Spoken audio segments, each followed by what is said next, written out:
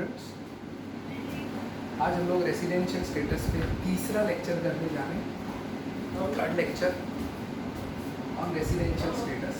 ठीक है, तो लास्ट टाइम मैंने आपको रेसिडेंट कैसे होते हैं वो बताया था।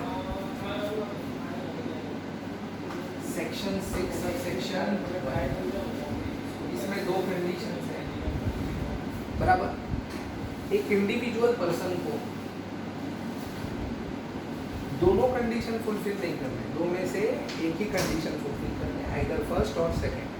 कोई भी एक कंडीशन फुलफिल हो गया तो क्या बनेगा, वो रेसिडेंट। सही है कि नहीं? अच्छा, मैंने आपको ट्रिक बताया था कैसे करना है। हम लोग कैसे जाएंगे, कैसे चेक करेंगे, कैसे पता करेंगे कि वो रेसिडेंट है कि नहीं। हम लोग हमेशा पहले कोई भी सम आप सॉल्व करो, हमेशा पहले फर्स्ट कंडीशन चेक करो। मेरी बात याद रखो, अगर फर्स्ट कंडीशन ही फुलफिल हो गया सेक्शन 6 सब सेक्शन 1 का, देखो तो रेसिडेंट। फिर ये सेकेंड कंडीशन मत चेक करो, ठीक है। फिर आंसर आ गया रेसिडेंट। इंडिविजुअल या तो रेसिडेंट बनेगा या तो नॉन रेसिडेंट, दोनों नहीं बन सकता, दो में से एक। तो कंडीशन 1 अगर फुलफिल हो गया तो रेसिडेंट, फिर सेकेंड चेक करने का जरूरत नहीं है। तो सेकेंड कब चेक करेंगे? फिर कंडीशन 1 फेल हो गया, कंडीशन 1 फेल, तब हम क्या चेक करेंगे? सेकंड कंडीशन चेक करेंगे। सेकंड कंडीशन पे आएंगे, ये दो पार्ट में, पार्ट ए और पार्ट बी, और बीच में क्या लिखा है? एंड। मतलब आपको पार्ट ए भी सेटिस्फाई करना है, पार्ट बी ये भी सेटिस्फाई करना है, दोनों पार्ट सेटिस्फाई करना है। तो क्या बनेगा वो? Non resident. सॉरी, दोनों पार्ट अगर फुलफिल हो गया, दोनों पार्ट पास हो गया तो क्या बनेगा वो? रेसिडेंट। अगर पार्ट ए पार्ट बी में से एक भी पार्ट फेल हो गया, एक भी फेल हो गया, ए फेल हो गया या बी फेल हो गया, कोई भी एक, सेकंड कंडीशन फेल। फर्स्ट भी फेल हो गया है, सेकंड कंडीशन भी फेल हो गया, दोनों कंडीशन फेल हो गया, तो क्या बनेगा वो? Non resident. बराबर। ये लास्ट लेक्चर में हमने कवर कर लिया है।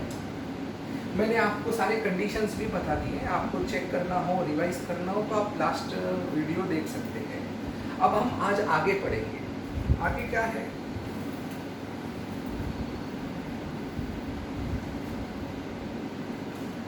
ये जो सेकेंड कंडीशन है सेक्शन 6 सब सेक्शन 1 का, जो सेकेंड कंडीशन है ना, इसके बारे में पढ़ेंगे। ये जो सेकेंड कंडीशन है, ठीक है, इसका एक्सेप्शन है।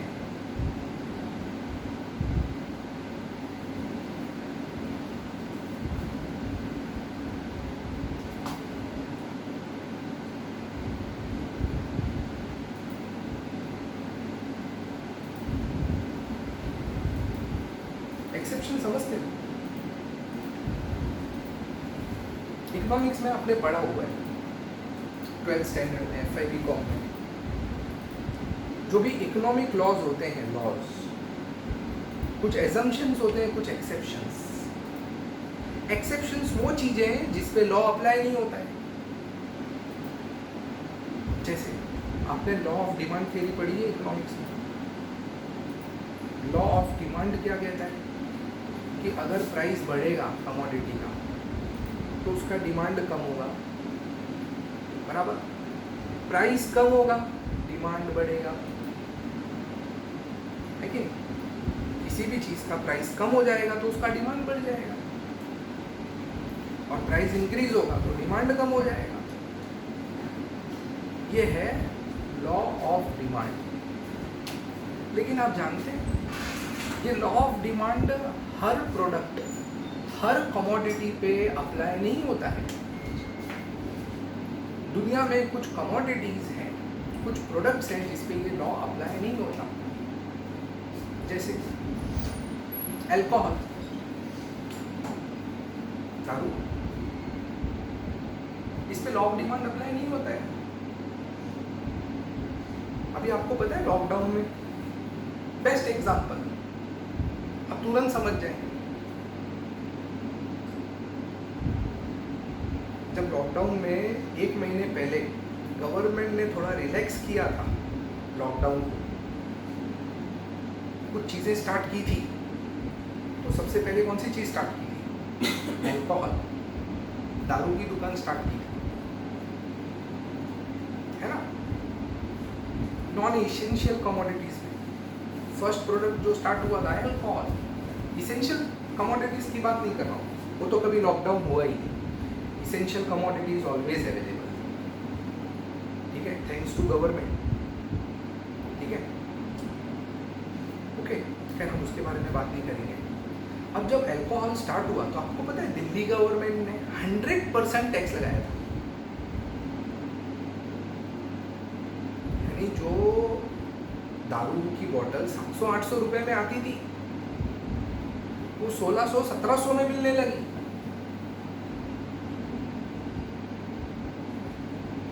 एक्स्ट्रा टैक्स लगाया था गवर्नमेंट ने, यानी वो महंगे हो गए थे अल्कोहल। आपने लाइन देखी थी न्यूज चैनल पे, प्राइस इंक्रीज होने के बाद भी लोग लाइन में खड़े थे खरीदने के लिए। तो बताओ क्या है वो? यहां पर प्राइस इंक्रीज हुआ लेकिन क्या उसका डिमांड कम हुआ? नहीं, जो बड़ी बोतल लेके जाते थे वो छोटे पे आ गए, लेकिन खरीदा सबने, उसका डिमांड कम नहीं हुआ। तो ये एक ऐसी चीज है जिस पे लॉ ऑफ डिमांड अप्लाई हुआ। क्या लॉ ऑफ डिमांड कहता है कि अगर प्राइस बढ़ेगा तो डिमांड कम होना चाहिए, बट यहाँ तो उल्टा हो रहा है, प्राइस बढ़ रहा है, डिमांड कम नहीं हो रहा है, डिमांड और बढ़ गया था। आपने देखा था, लाइन देखी थी, ठीक है। इतनी लाइन तो मंदिरों में भी नहीं होती, उतनी लाइन वहां थी, सोचो।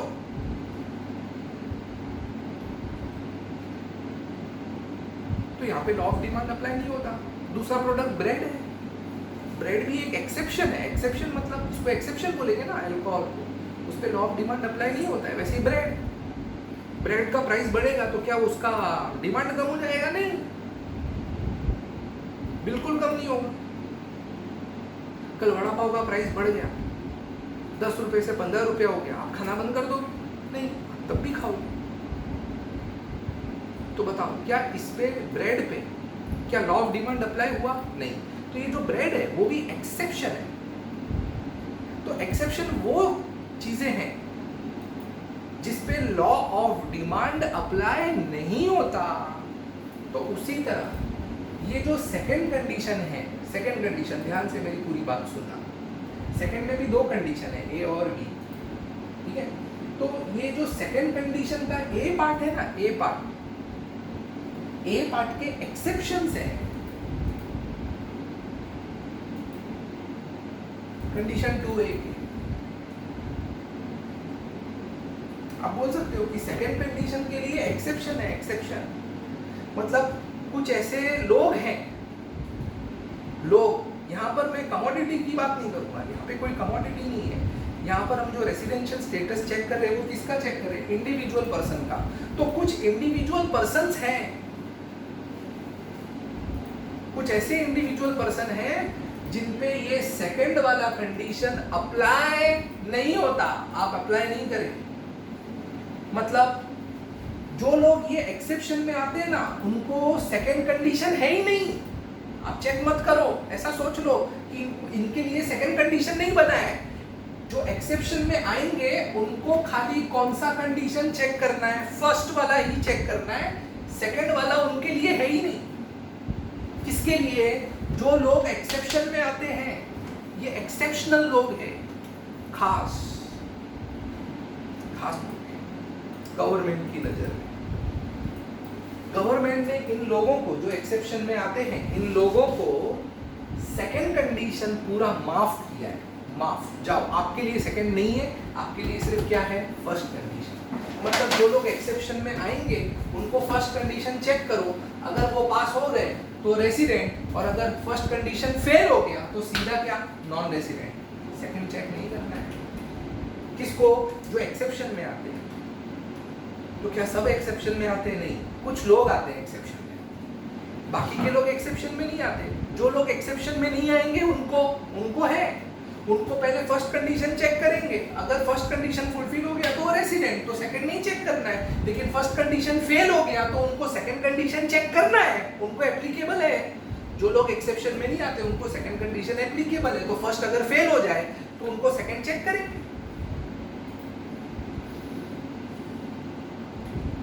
ठीक है। और जो एक्सेप्शन में आते हैं उनको कैसे करना है? जो लोग एक्सेप्शन में आएंगे उनको फर्स्ट कंडीशन चेक करेंगे। अगर फर्स्ट कंडीशन पास हो गया रेसिडेंट जाओ, फिर सेकंड नहीं देखेंगे। लेकिन अगर फर्स्ट फेल हो गया, जो लोग एक्सेप्शन में आते हैं अगर वो फर्स्ट कंडीशन फेल करते हैं तो ये सेकंड कंडीशन उनको चेक करने का नहीं, उनके लिए सेकंड कंडीशन नहीं है। गवर्नमेंट ने बोला आपको सेकंड कंडीशन माफ है, जाओ। सीधा क्या आंसर आएगा? Non resident. आप समझे? तो क्या फर्क है? तो दो तरह के इंडिविजुअल्स, एक वो जो एक्सेप्शन में आते हैं और वो जो एक्सेप्शन में नहीं आते। जो लोग एक्सेप्शन में आ गए उनको खाली फर्स्ट कंडीशन, सेकंड है ही।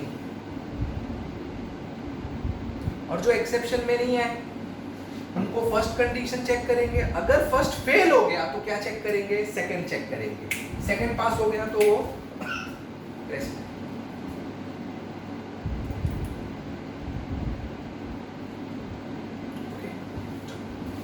अभी क्या है एक्सेप्शन वो देख लेते हैं।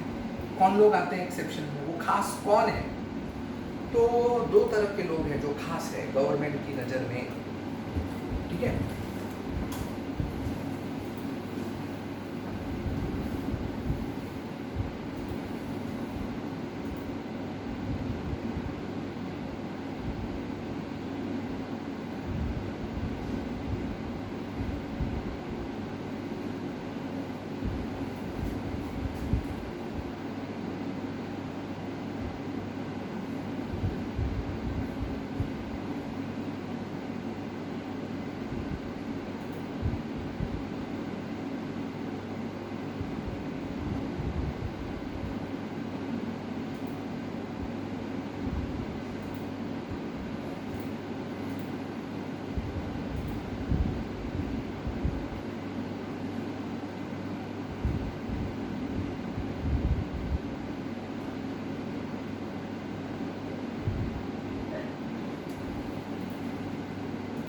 फर्स्ट एक्सेप्शन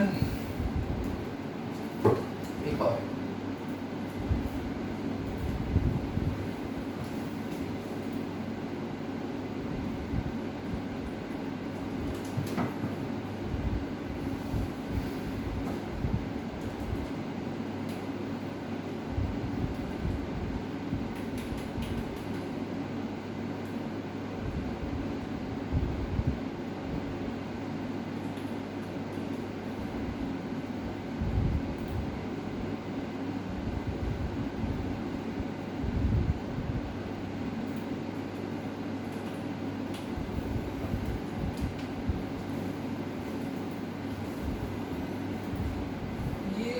एक्सेप्शन है, या आप ऐसा बोल सकते हो कि ये दो एक्सेप्शनल लोग हैं, पर्सन्स हैं, इंडिविजुअल पर्सन। एक कौन? जो इंडिया छोड़ के जा रहे हैं दूसरी कंट्री में एम्प्लॉयमेंट के लिए, ठीक है। और दूसरा कौन? वो पर्सन है जो प्रीवियस ईयर में इंडिया आ रहे हैं। तो क्या होता है कि प्रीवियस ईयर में बहुत से लोग इंडिया आए थे और बहुत से लोग इंडिया छोड़ के गए, तो उनको एक्सेप्शनल कैटेगरी में रखा है। जो इंडिया में ही रह रहे, आप समझ लो, जो इंडिया में ही रह रहे, पूरे साल इंडिया में थे, तू और मैं, हम लोग पूरे साल इंडिया में थे, तो हम लोग खास नहीं है, हम लोग आम इंसान है, हम लोग एक्सेप्शन में नहीं आते, हम लोग रेगुलर लोग इधर ही पड़े रहते हैं कि नहीं। तो हम लोग इधर ही रहने वाले लोग हैं, हम लोग एक्सेप्शनल लोग नहीं हैं। तो हम लोगों को फर्स्ट कंडीशन चेक करेंगे, अगर पास हो गया तो रेसिडेंट, सेकंड नहीं चेक करेंगे। लेकिन फर्स्ट कंडीशन फेल हो गया तो सेकंड कंडीशन चेक करेंगे, हमको सेकंड कंडीशन अप्लीकेबल है। अगर फर्स्ट फेल हो जाए, पहला कंडीशन फेल हो जाए, तो हमको सेकंड कंडीशन एप्लीकेबल है, चेक किया जाएगा। हम लोग रेगुलर लोग हैं, खास नहीं है। लेकिन ये खास लोग हैं, इनको सेकंड कंडीशन एप्लीकेबल नहीं है। दो लोग, कौन से दो पर्सन?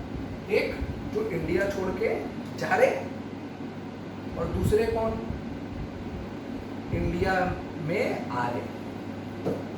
प्रीवियस ईयर में, प्रीवियस ईयर हमारा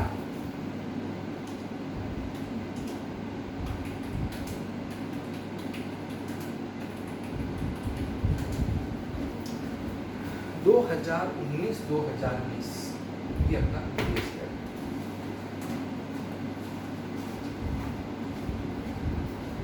वो समझ रहे हो क्या? अप्रैल 2019 से मार्च 2020, अप्रैल 2019 से मार्च 2020, एक साल में हम देखेंगे ये एक साल में जो लोग इंडिया आए और ये एक साल में जो लोग इंडिया से गए वो एक्सेप्शनल लोग। प्रीवियस ईयर में इंडिया आए और प्रीवियस ईयर में इंडिया गए छोड़, वो लोग एक्सेप्शनल लोग, उनको सेकंड कंडीशन एप्लीकेबल नहीं। ठीक है, यही चीज को थोड़ा डिटेल में पढ़ते हैं। ये मैंने एक जस्ट आपको एक आइडिया दिया है कि फर्स्ट में सेकंड में कौन लोग हैं, ये एक्सेप्शनल लोग कौन है, बस वो मैंने बताया आपको। जो इंडिया में रह रहे, मतलब अगर सब में लिखा हुआ आएगा कि वो इंडिया में ही रहता है, इंडिया कभी छोड़ के नहीं गया, तो आप समझ लेना ये आम इंसान है, ये एक्सेप्शन में नहीं आता, इसको सेकंड कंडीशन भी एप्लीकेबल है। ठीक है, और जो लोग प्रीवियस ईयर में इंडिया छोड़ के गए हैं या प्रीवियस ईयर में इंडिया आए हैं वो एक्सेप्शन में आ सकते हैं। अगर वो एक्सेप्शन में है तो उनको सेकंड कंडीशन एप्लीकेबल नहीं, मतलब उनको सेकंड कंडीशन चेक ही नहीं है ही नहीं उनके लिए। एक ही कंडीशन है, फर्स्ट पास हुआ तो रेसिडेंट, फेल हुआ तो नॉन रेसिडेंट, सेकंड है ही नहीं। ओके, लेकिन प्रीवियस ईयर, हाँ अभी 2018-2019 ये 18-19 ये अपना प्रीवियस ईयर है क्या? नहीं। 18-19 में कोई इंडिया आया था या 18-19 में कोई इंडिया छोड़ के गया था, तो क्या वो भी एक्सेप्शन में आएगा? नहीं। एक्सेप्शन में सिर्फ कौन से ईयर? Previous year. देखो मैं अभी हम तो डिटेल में पढ़ते मैं आपको बताता हूँ। एक्सेप्शन 1 इसमें कौन लोग आते हैं?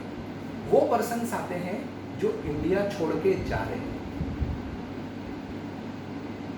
प्रीवियस ईयर में। 19-20 में इंडिया छोड़ के गए, अब 19-20 में तो बहुत सारे लोग इंडिया छोड़ के गए भाई, बहुत सारे लोग गए। तो क्या वो सारे लोग जो 19-20 में इंडिया छोड़ के गए वो सब एक्सेप्शन 1 में आते हैं? नहीं। गवर्नमेंट ने उसमें से भी छांट दिया है, कुछ लोगों को अलग कर दिया है, स्पेसिफाई किया है, पॉइंट आउट किया है कि नहीं ये लोग ही आएंगे एक्सेप्शन में।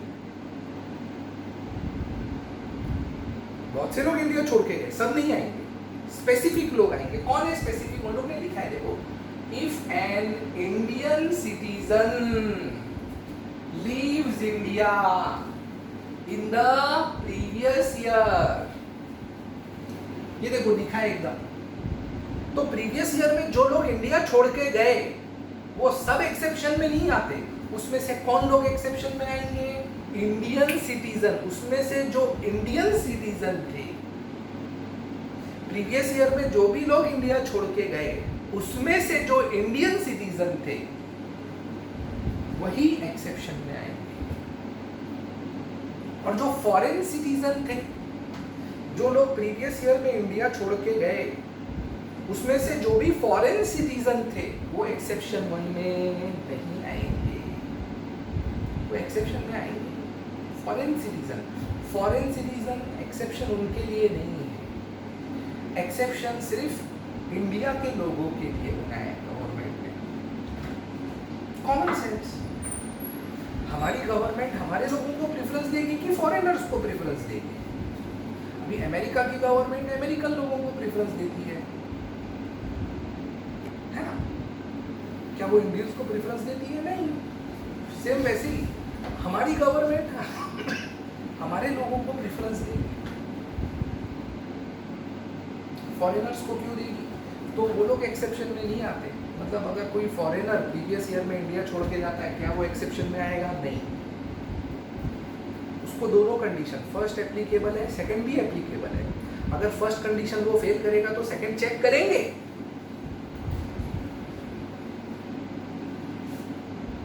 ओके, ठीक है।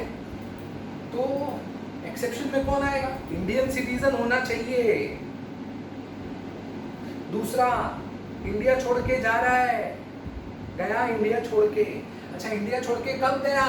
प्रीवियस ईयर में गया। प्रीवियस ईयर 1920 में इंडिया छोड़ के गया। अभी क्यों गया? लोग इंडिया छोड़ के क्यों गए? अलग अलग पर्पस के लिए जाते हैं बच्चे लोग। कुछ लोग इंडिया के बाहर जाते घूमने फिरने के लिए, टूरिज्म, स्विट्जरलैंड का पहाड़ दिखाने जाते हैं, अकेले जाते हैं, वो ज़्यादा डिटेल में नहीं जाएंगे, बराबर। तो कुछ लोग स्विट्जरलैंड का पहाड़ देखने और दिखाने जाते हैं, देखो कितने सुंदर पहाड़ हैं। लेकिन सेक्रेटरी भी रहती है साथ, दोनों मिलके पहाड़ देखते हैं, ऊंचे ऊंचे पहाड़, है ना। तो कुछ लोग टूरिज्म के लिए जाते हैं, घूमने फिरने, और बहुत सी जगह आप जानते हो, स्विट्जरलैंड, यूरोप, फिर एशिया में जापान, है ना। दूसरा, स्टडीज के लिए लोग जाते हैं, पढ़ाई करने। इंडिया में तो यूनिवर्सिटी है, ठीक है। लोग जो बड़ी यूनिवर्सिटीज में पढ़ने जाते हैं, हार्वर्ड, ऑक्सफोर्ड, वेरी गुड, क्योंकि वो लेवल का एजुकेशन अभी तक हमारे देश में नहीं, तो सही करते हैं। लेकिन बहुत से स्टूडेंट जो जाते हैं बाहर पढ़ने के, कभी कभी कुछ लोग, उनको इन्फॉर्मेशन नहीं होती, निकालते भी नहीं है, वो लोग कभी कभी ऐसी यूनिवर्सिटीज़ में फॉरेन की एडमिशन ले लेते हैं जो बहुत खराब है।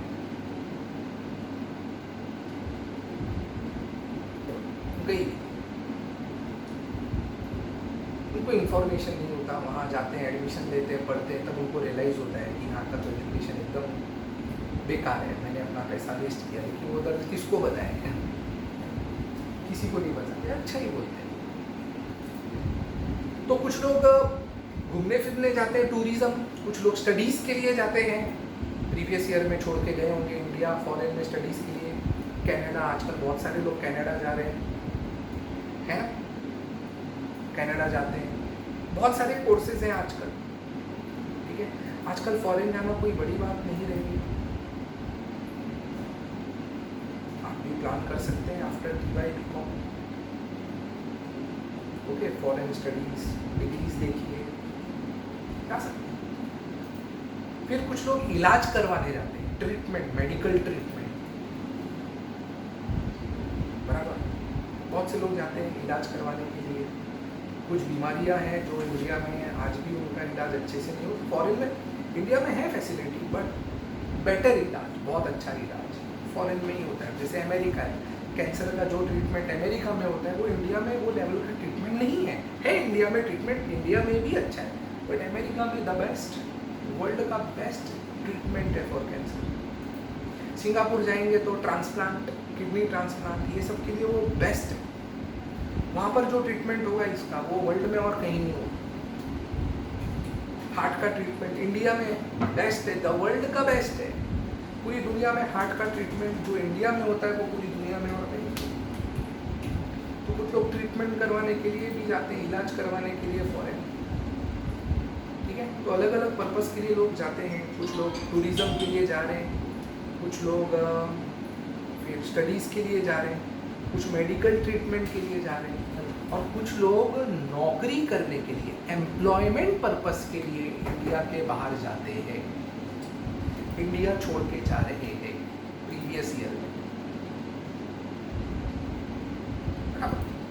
तो यहाँ पर क्या लिखा है कि ये जो एक्सेप्शन 1 है, ये जो एक्सेप्शनल पर्सन है, खास पर्सन गवर्नमेंट के लिए, वो कौन होगा? इंडियन सिटीजन होगा, लीव्स इंडिया, इंडिया छोड़ के गया, कौन से ईयर में? प्रीवियस ईयर में जाना चाहिए। और क्या पर्पस के लिए जाना चाहिए? एम्प्लॉयमेंट आउटसाइड इंडिया, नौकरी के लिए इंडिया छोड़ के गया प्रीवियस ईयर में वो। तो अगर वो पर्सन इसमें से किसी भी पर्पस के लिए इंडिया छोड़ के गया है, ये पर्पस के लिए, तो वो एक्सेप्शन 1 में आएगा, समझ लो। तो ही वो एक्सेप्शन 1 में आएगा।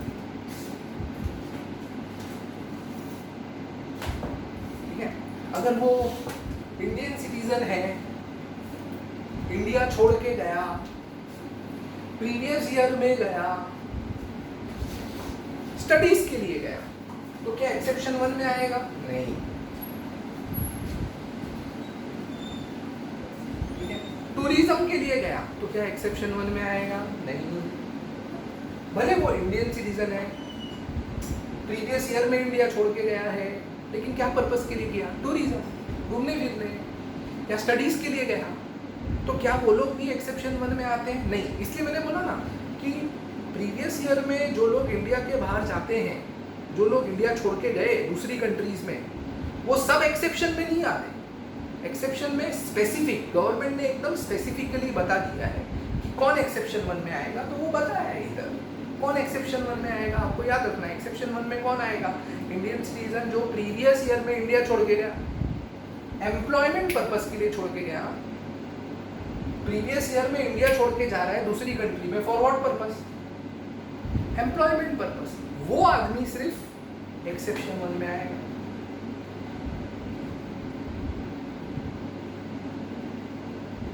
ओके,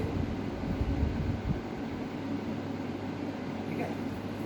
और जो फॉरेन सिटीजन नहीं है, फॉरेन सिटीजन है सॉरी, क्या वो एक्सेप्शन 1 में आएगा? नहीं। जो लोग स्टडीज के लिए या और किसी पर्पस के लिए अदर देन एम्प्लॉयमेंट इंडिया छोड़ के जा रहे हैं, क्या वो एक्सेप्शन 1 में आएंगे? वो भी नहीं आएंगे। तो एक्सेप्शन 1 में कौन आएगा? एकदम स्पेसिफिकली लिखा है, Indian citizen leaves India previous year employment for the purpose of employment outside. आगे क्या लिखा है? और as a member of Indian crew, या तो एम्प्लॉयमेंट पर्पस के लिए इंडिया छोड़ के जाना चाहिए, या वो किसी इंडियन क्रू मेंबर समझते हैं, इंडियन शिप का क्रू मेंबर होना चाहिए। अब शिप मतलब एरोप्लेन भी आ गया और पानी का जहाज भी आ गया, उसमें जो लोग नौकरी करते हैं, अभी एरोप्लेन में जो लोग नौकरी करते हैं, पायलट, को पायलट, एयर होस्टेस, है कि नहीं, ये लोग नौकरी कर रहे हैं ना जहाज पे, तो ये लोग इंडियन क्रू होना चाहिए, मतलब वो प्लेन इंडियन होना चाहिए, इंडिया में रजिस्टर्ड होना चाहिए। तो अगर कोई इंडियन क्रू,